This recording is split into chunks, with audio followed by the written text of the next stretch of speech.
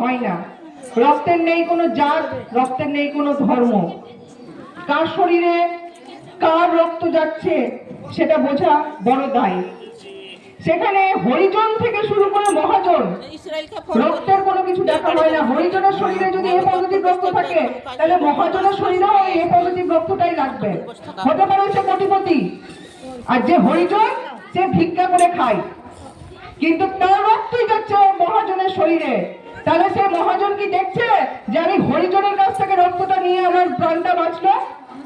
তখন সে দেখে আমাকে বাঁচতে হবে, আমারও এ পজিটিভ, ওরও এ পজিটিভ। তখন বাঁচার তাগিদে সে রক্তটা নেয়, সে বিচার করে না সে হরিজনটা। সে তখন টাকাটা মর্ম বোঝে না, সে তখন বাঁচার জন্য ছটফট করে বেড়ায়। ওর জন্য আমি বলি রক্তের কোনো মূল্য হয় না। মূল্যটা হয় তখনই যখন আমি 1 ইউনিট রক্ত দিয়ে অন্য একটা মানুষের প্রাণ বাঁচাবো।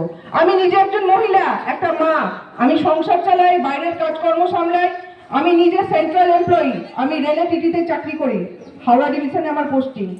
তার সাথে সাথে আমি সমাজে এই দাদাদের মতো মানুষদের পাশে থেকে কাজ করার চেষ্টা করি যতটুকু আমি টাইম পাই। তো সেইখানে আমার একটাই উদ্যোগ, মানুষকে সচেতন করা। মানুষ যেন সচেতন হয়। আর রক্ত কোনো মেশিন দিয়ে তৈরি হয় না। আমি নিজে 41তম, মানে